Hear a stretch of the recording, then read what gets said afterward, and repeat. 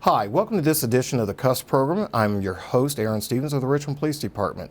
Summer is fully in swing now, and we know this because there's this big orange thing in the eastern sky that is causing a little bit of disturbance early in the morning. So as a quick tip, as we begin the show, make sure, ladies and gentlemen, that when you're driving between 7 o'clock and 8:30 in the morning eastbound in Richmond, be a little cautious and leery of the vehicles in front of you. Give a little extra spacing so that all of a sudden I do not have to respond to an accident. In the meantime, I want to share something with you. When I began hosting this show approximately 20 years ago, I made up in my mind I was going to change the venue of how the program was going to run. Instead of having a very formal show, I wanted to have something that would be innovative and something that the community could engage in.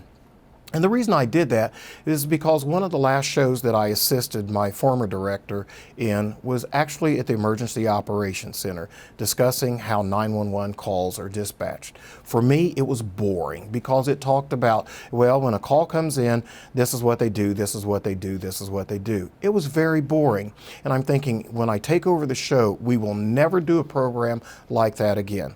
We have now come full circle, and the reason being is because the 911 center and the role of the 911 telecommunications specialist has really changed. More and more requirements are placed upon them, not only every year, but every day. But you also need to know the importance of the role of the dispatcher and also the importance of your role as someone who is using the emergency 911 system. It's my pleasure to have with me as guest today Mr. Matt Cain, who is the Wayne County Director of Communications as well as being the Director of Emergency Management. And to his left is Miss Erin Bailey, also known as Campbell, but let's not make that a big issue. But Erin Bailey is the Supervisor of the 911 telecommunications specialist for the day shift. So I want to welcome both of you to the show. Thank you. And let's start off with you, Matt. Talk about your role and how long you've been in that position. Well, I've been employed by Wayne County Emergency Communications since 2001, but it's been in administration since 2014. So just right at 5 years in the administration side of things. But been dispatching. I got my start in Randolph County for a few years before coming to Wayne County. Erin. I have been dispatching for 17 years, fresh out of high school, and I have been supervising for 8. Well, one of the big questions I want to ask, because as a patrol officer, most of us really don't know what goes on in the center. We stop down and drop down every once in a while and say hi. Okay, well, you've got all these nice computer screens up there and things are going on. All of a sudden, I'm in the middle of a conversation with you, Erin.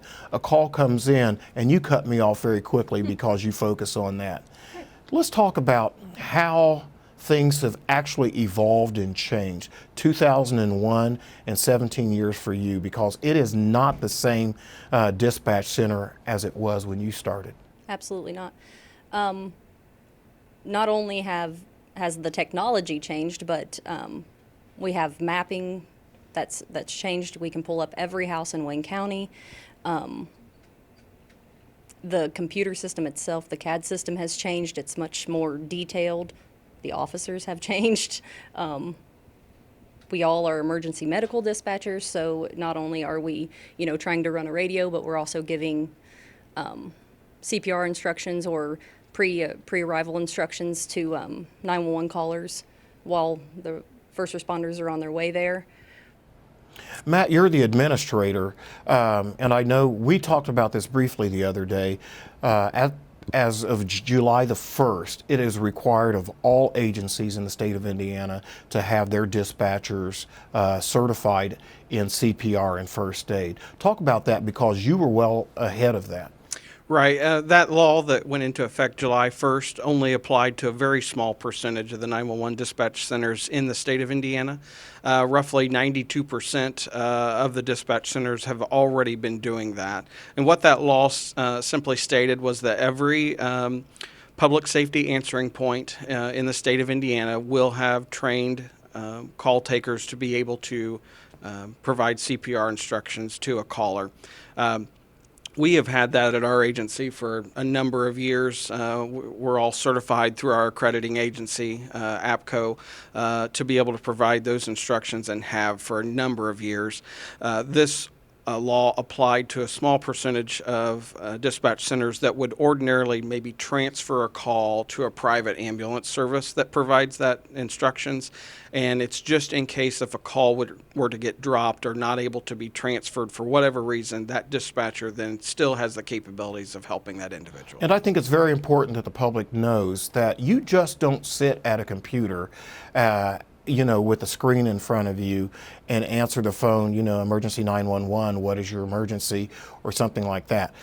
From the very beginning that the call comes in, it is being disseminated to the proper authorities or agencies that need to respond to it. And the public should, I think it's important in regards to the CPR and the first aid, because oftentimes you are that sole link that I as a police officer or the fire agency or the EMTs have to connect with that person who's in distress. Sure. A lot of times we refer to ourselves as the first responders, because while we may not physically be there when they're answering the call, they are, as you talked about, that only link to the responders. And if we can begin help, whether it be de-escalating a domestic issue or a civil issue between neighbors, getting them to calm down before you or another coworker were to arrive on the scene, that's just as important as providing someone medical instructions, because if we've already started to get them calmed down, then it's safer for you when you pull up and put your car in park. And as a police officer, again, responding to a scene, whether it be an accident scene, a domestic violence scene, an overdose, or some of those unfortunate incidents that we have to respond to on a daily basis, you provide us with the necessary information, not only that allows us to prepare our minds mentally and emotionally on how we're going to handle that scene when we get there. And I have to say I appreciate that as a side note. However, it is so critical that the public give you as much of the information, whether it's a medical need, a criminal situation or so, because again, it's not just about the emotions that we have to prepare. It all comes down to officer safety as well. Yeah, absolutely. And there's a line of questioning that we are required to go through. But the callers have to remember there's several other people in the room that are doing things simultaneously for your incident. Let's talk about that. Erin, you supervise.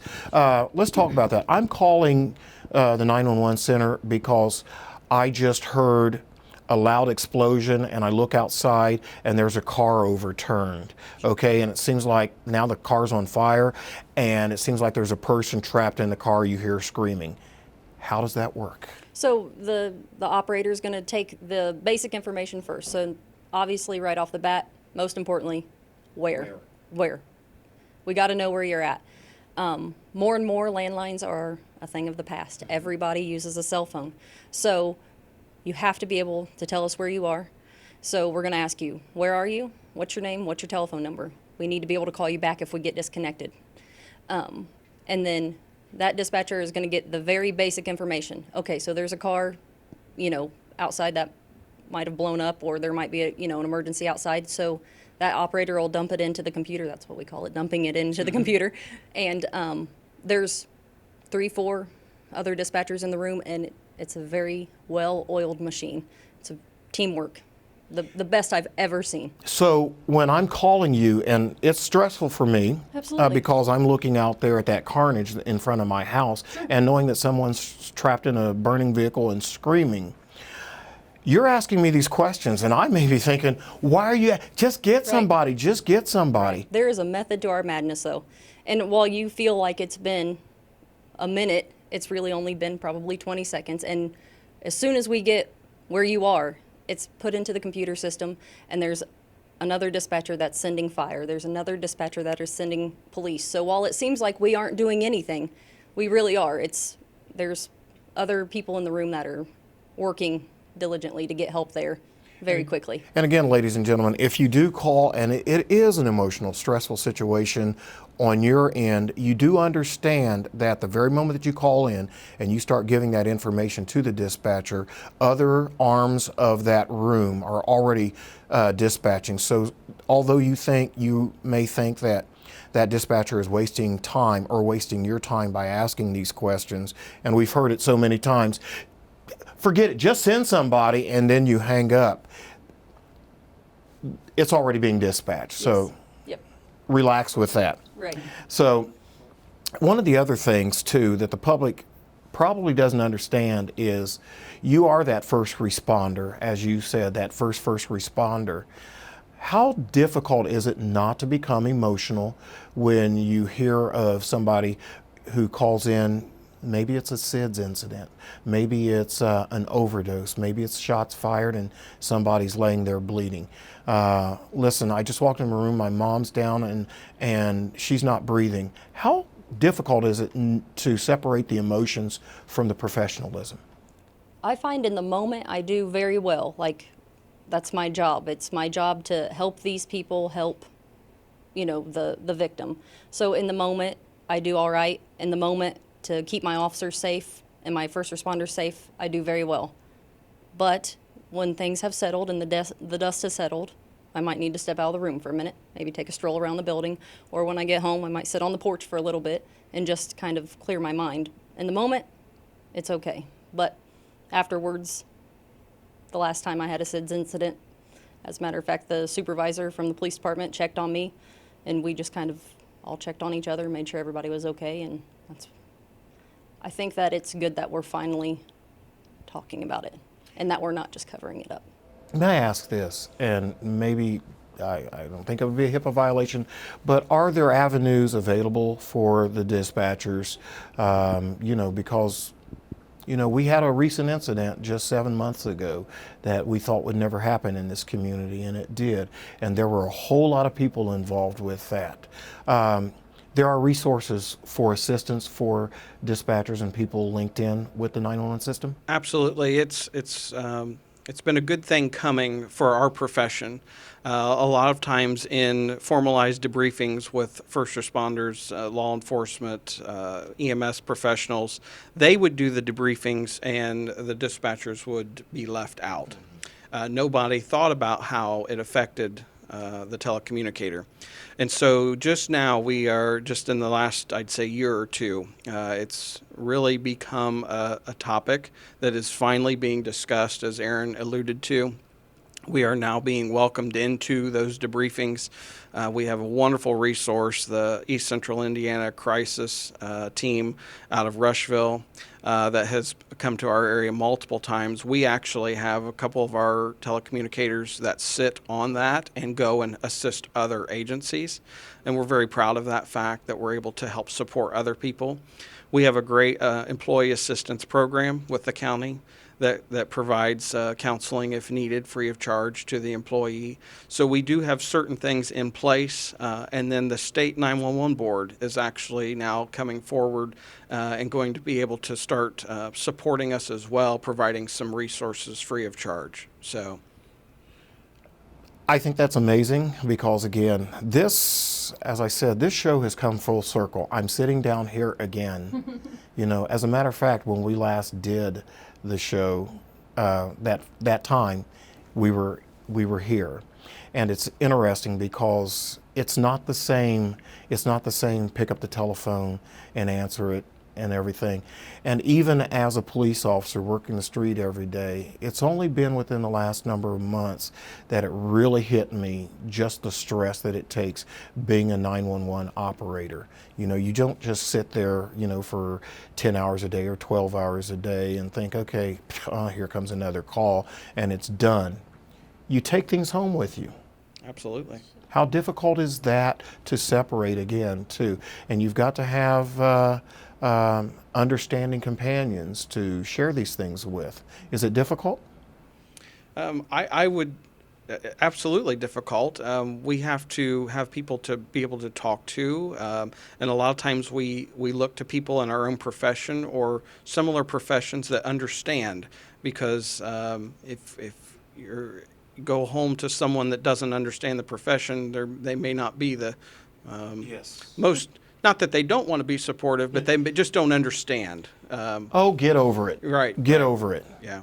So, do you want to share any more on that, or? And Erin, you come from multifaceted perspective because you've been a dispatcher for 19 years. You've been associated, for 17 years working with Wayne County. And your husband was formerly a road deputy with the Wayne County Sheriff's Department. Yes. So you both were emotional dumpers at that time. Yes. Is it any easier now? I think that it's good because he still understands, but he gives me the opportunity to say what I need to say, but it's also not the constant shop talk at home anymore. So that's kind of nice. We don't constantly talk about work. There's other things to discuss, so that's nice. Do you all do any hostage/crisis negotiator training?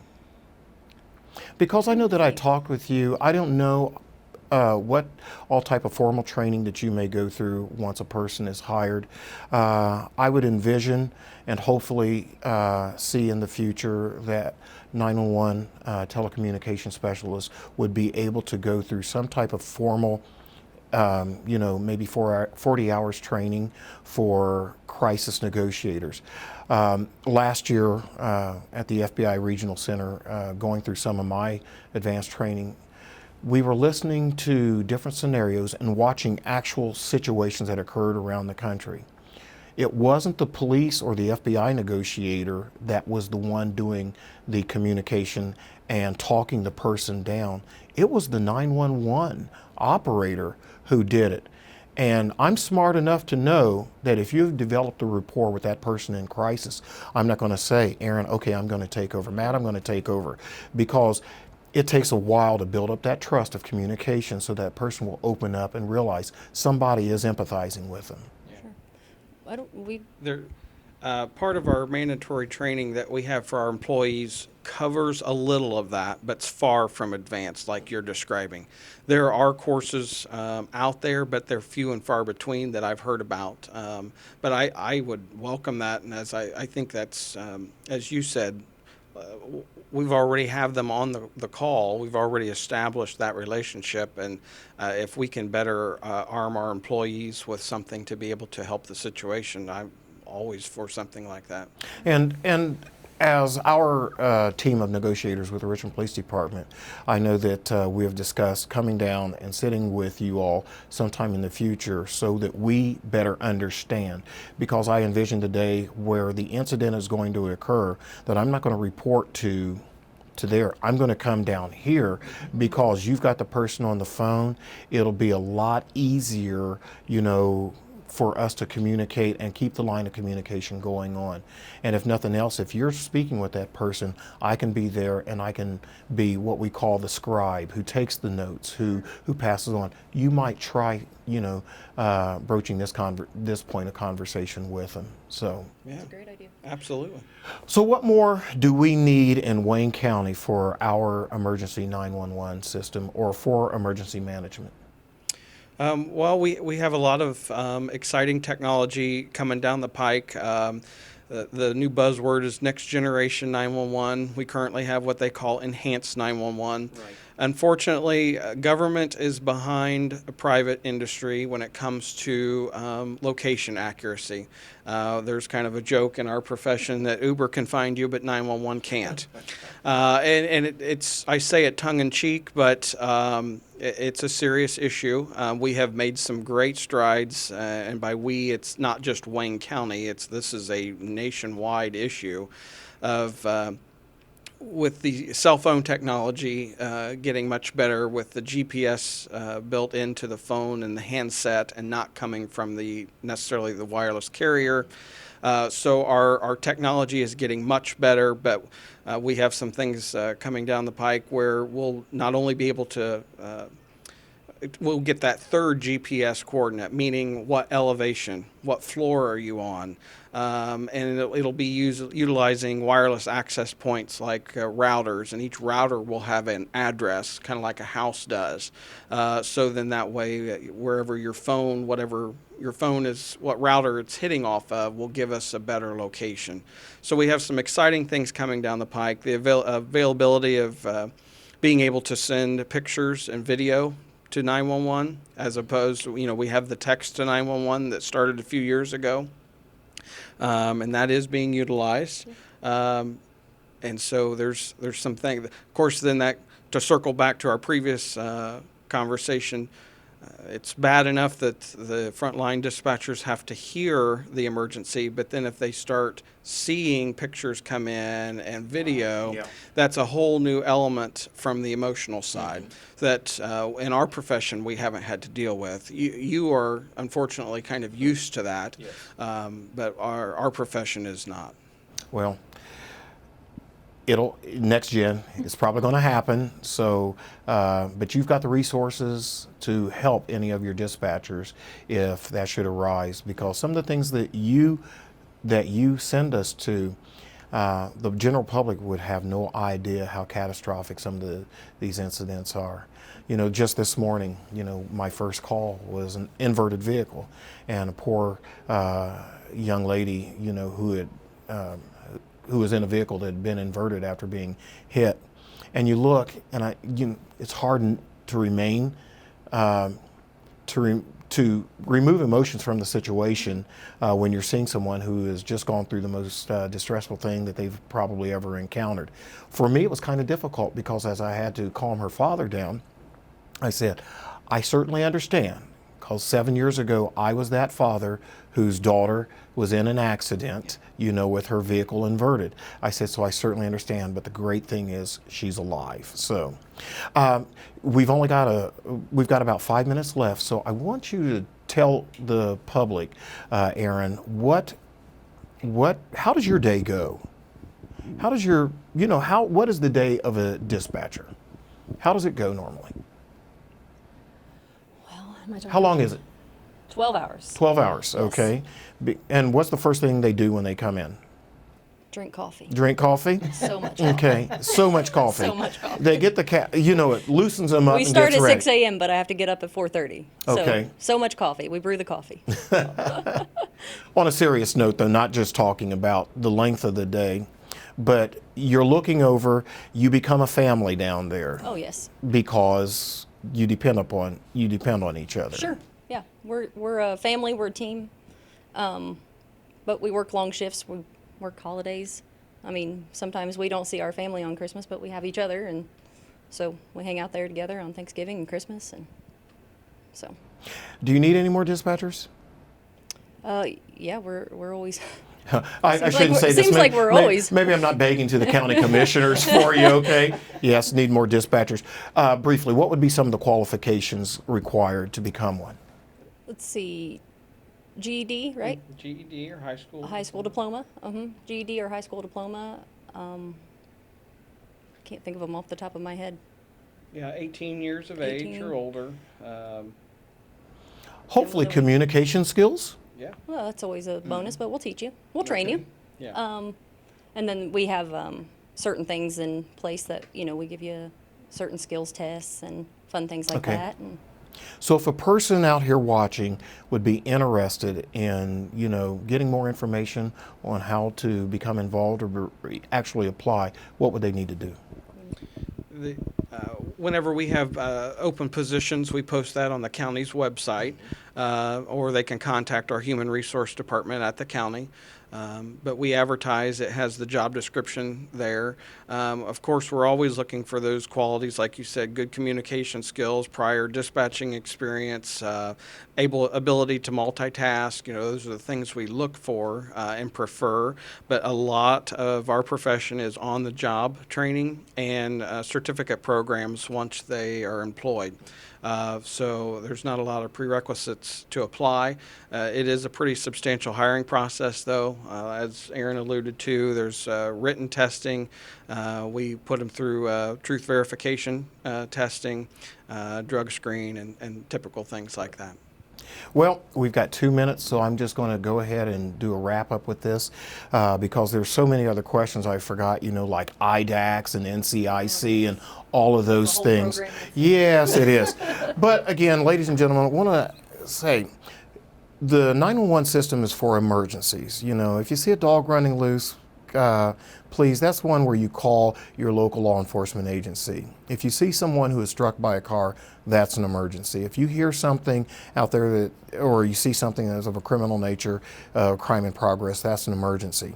But I'm asking you this as a police officer, and I'm sure that Matt and Erin will share this. When you do call in, be patient with the dispatcher because they're going to ask you complete information because you are eyes and ears out there witnessing the crime or the incident as it occurs. And your information is going to be what's vital and critical in us helping to solve the problem or resolve the issue. And one thing too, as a final reminder, they're not going to tell the person that your neighbor called you, okay? That's not the reason that they ask you their name. We don't give out that information. So once again, I sit here where I began a long time ago talking about 911, but it's not like it was, and neither is 911. So I want to thank Matt, and I want to thank Erin for being my guest today. Ladies and gentlemen, we look forward to serving you in a better way out there in the street. Please be safe and enjoy your summer.